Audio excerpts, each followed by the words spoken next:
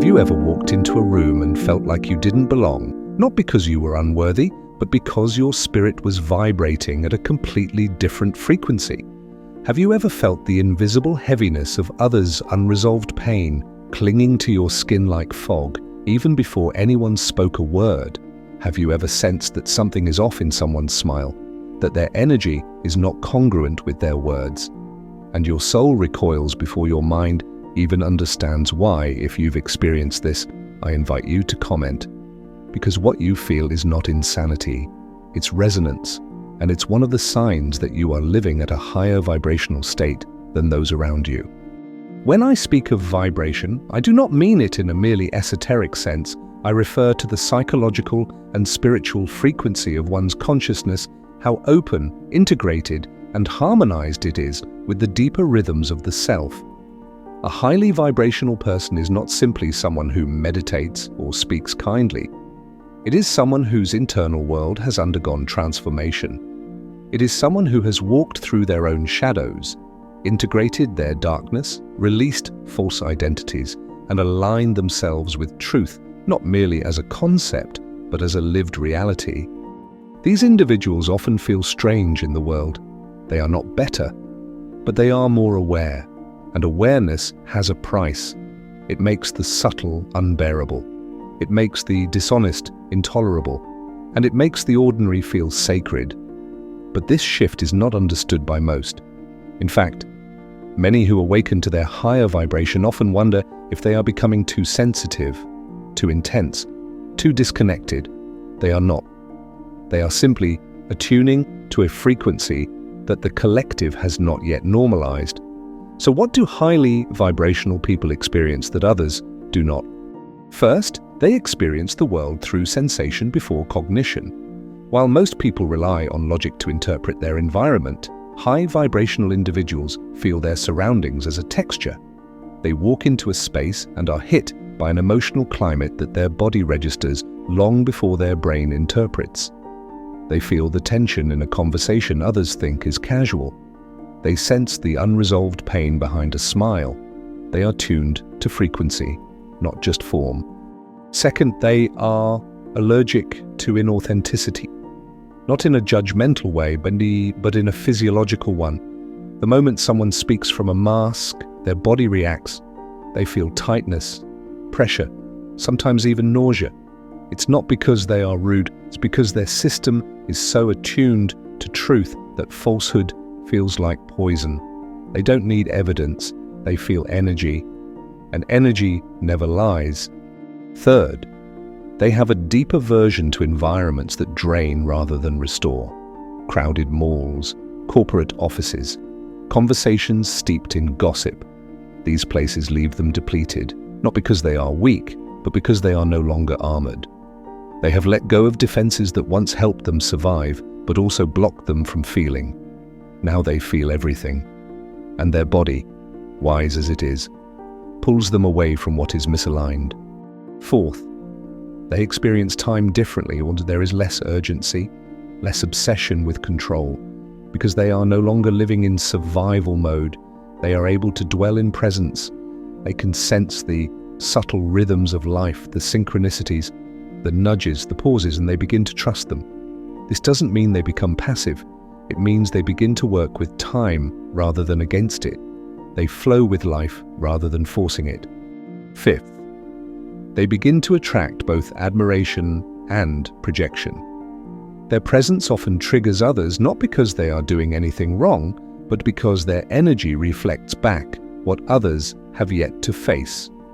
Those living in denial may interpret their calm as arrogance, their peace as detachment, their boundaries as rejection.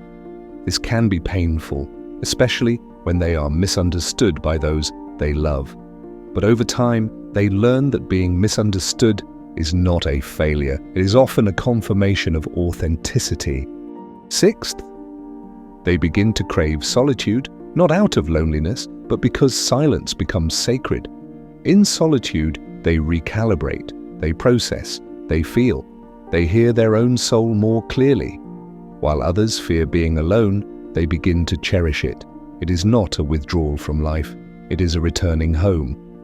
They realize that peace is not found in noise, but in stillness. And in that stillness, they meet themselves more deeply. Seventh, they experience dreams, symbols, and intuitions with heightened clarity. Their unconscious no longer needs to scream to be heard. The veil between their conscious and unconscious mind is thinner. Their dreams become messages. Their intuitions become compass points. And their symbolic mind reawakens, allowing them to see the deeper meanings in the events around them. A bird flying into their path is not just a bird, it's a message. A conversation that repeats 3 times is not a coincidence, it's a call to awareness. The world becomes animated with meaning. Eighth, they experience emotional waves more fully. Not because they are unstable, but because they are alive. Their nervous system is no longer suppressing feelings to maintain social approval. They allow themselves to cry without shame, to rage without destruction, to grieve without apology. They honor their emotions as sacred visitors, and by doing so, they remain emotionally clear. They do not hold on to what is meant to move through. Ninth, they feel the suffering of the world in their bones. Empathy is no longer an idea. It is an embodied experience. They walk past a homeless person and feel their pain. They hear about injustice and it cuts them deeply. But they do not collapse under this weight. They use it. They allow it to open their heart, to move them towards service. Their compassion is not a performance. It is a current that flows through them. And sometimes it hurts. 10th, they often experience a loss of identity. The person they once were no longer fits. The roles they played begin to dissolve. The goals they once chased seem empty. This can lead to a period of confusion. But underneath the confusion is a rebirth, a stripping away of falsehood. They begin to build a life from alignment, not from expectation. And in doing so, they begin to taste freedom. 11th, and perhaps most profoundly, they experience a deep longing for the sacred, not religion necessarily, but the sacred, a desire to commune with something larger, to live in reverence, to make ordinary moments holy. They find God in the wind, in the eyes of a child, in the silence between words. They are no longer chasing meaning, they are living it. Every breath is prayer, every moment is presence, every act is an offering. Once you begin to see the world through the lens of frequency and vibration, you can no longer unsee it. The veil that once allowed you to live comfortably in dissonance has lifted, and now you feel the consequence of every unspoken word, every unresolved emotion, every unconscious act, not just in others, but in yourself. This awareness is both a gift and a burden. It demands honesty.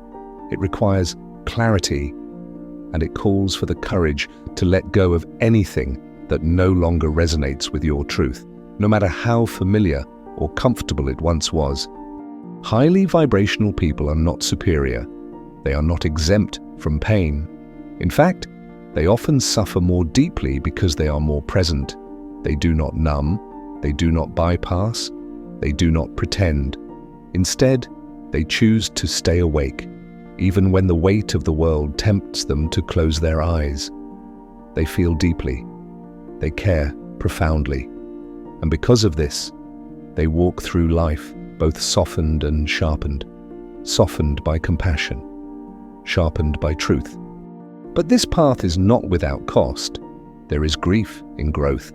There is loneliness in awakening. There is loss in expansion.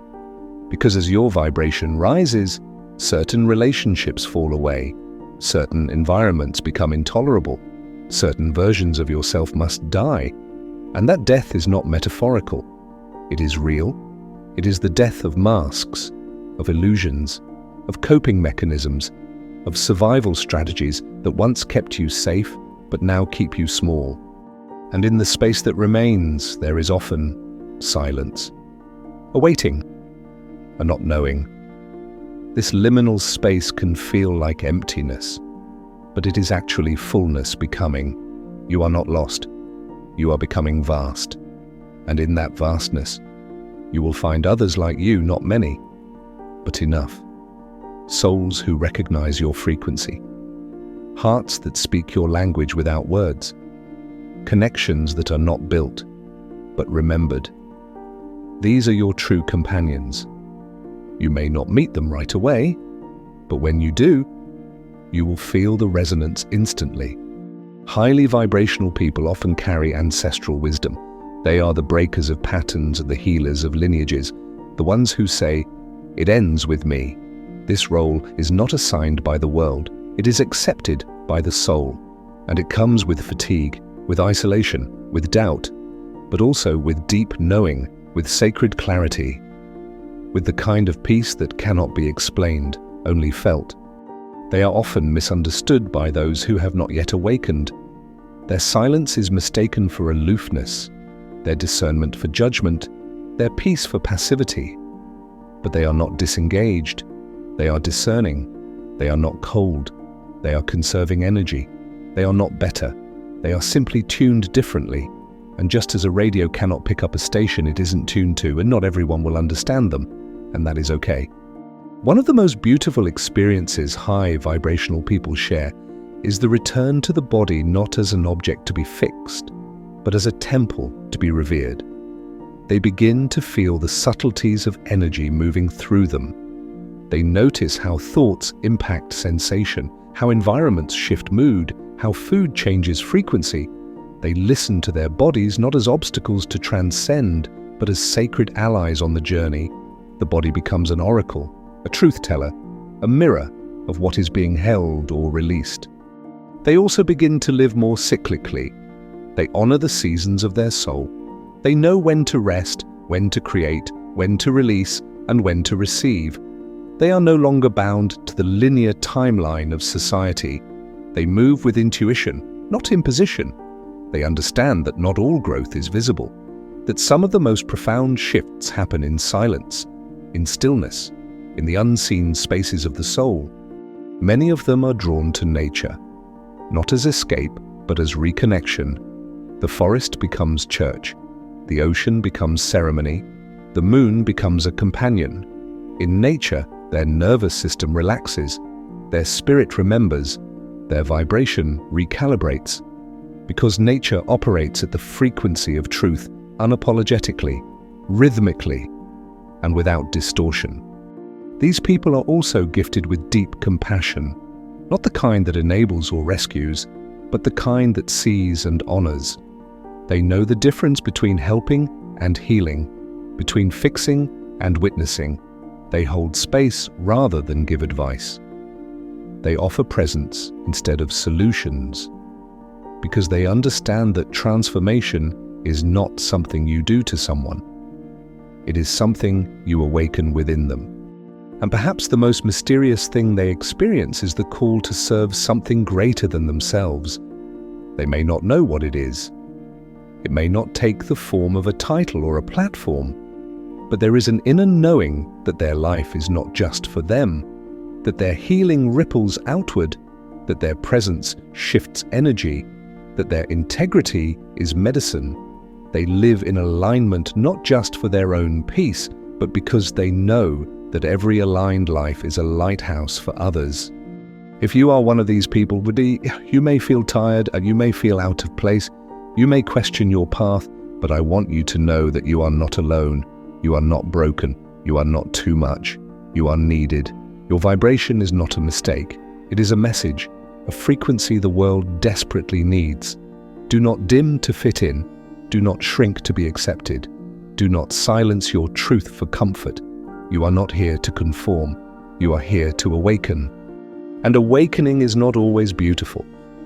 Sometimes it is violent. Sometimes it is silent. Sometimes it is slow. But always, it is worth it. Because on the other side of shedding what is false, you find what is real. And what is real cannot be taken. It cannot be faked. It cannot be destroyed. It is who you've always been. So live your frequency out loud Trust your resonance. Follow the pull toward what feels alive, and know that every time you choose truth over comfort, presence over performance, and alignment over approval, you are raising not just your own vibration, but the vibration of the world.